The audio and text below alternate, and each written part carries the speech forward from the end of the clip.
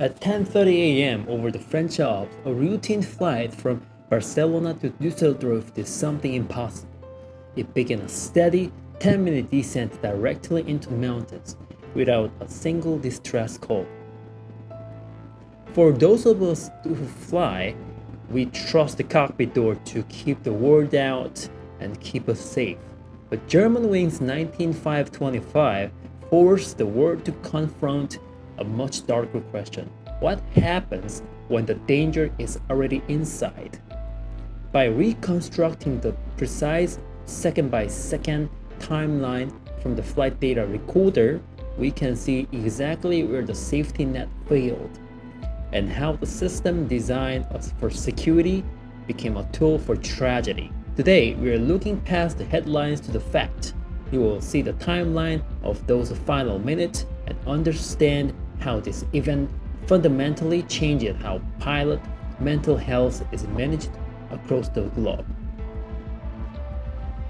The timeline reveals the routine flight that confronted into an emergency the moment the captain left the room.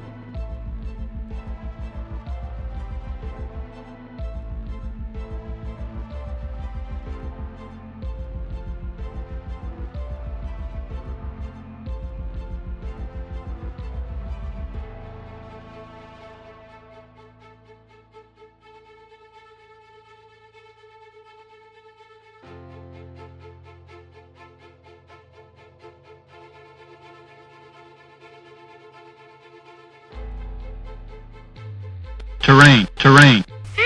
Pull up. Too low. Terrain. This sequence is vital because it proves the aircraft didn't fail mechanically. It was responding to manual command. The very door designed to protect the crew after 9/11 became the primary obstacle to saving the flight. Understanding lockout logic explains why the captain couldn't get back in.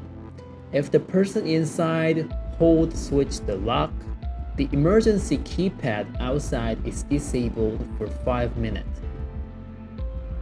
The investigation used acoustic testing to confirm that the co-pilot was conscious.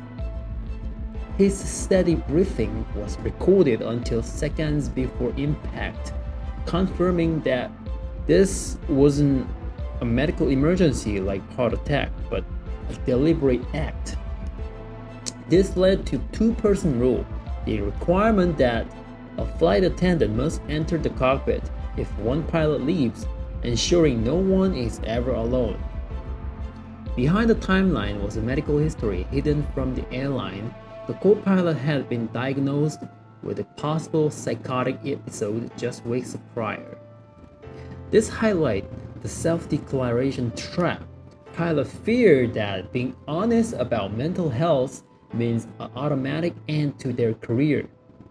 In Germany at the time, doctors couldn't easily report pilots to authorities due to strict privacy laws. This industry's answer wasn't just more testing, but more support. Today, peer-led programs allow pilots to seek help without immediate fear of losing their license. Germanwings 19525 showed us that the strongest cockpit door in the world can't protect us if we ignore the human being behind it. The crash led to the two-person rule, better psychological screening, and the global shift in how we handle pilot mental health. Safety in air starts with health on the ground. If you or someone you know is struggling, remember that reaching out is a sign of professionalism and strength, not weakness. If you want to see how these lessons were applied to their famous human factor cases, make sure to subscribe. Click the video on your screen now to see our breakdown of how modern aircraft talk to satellite during emergencies.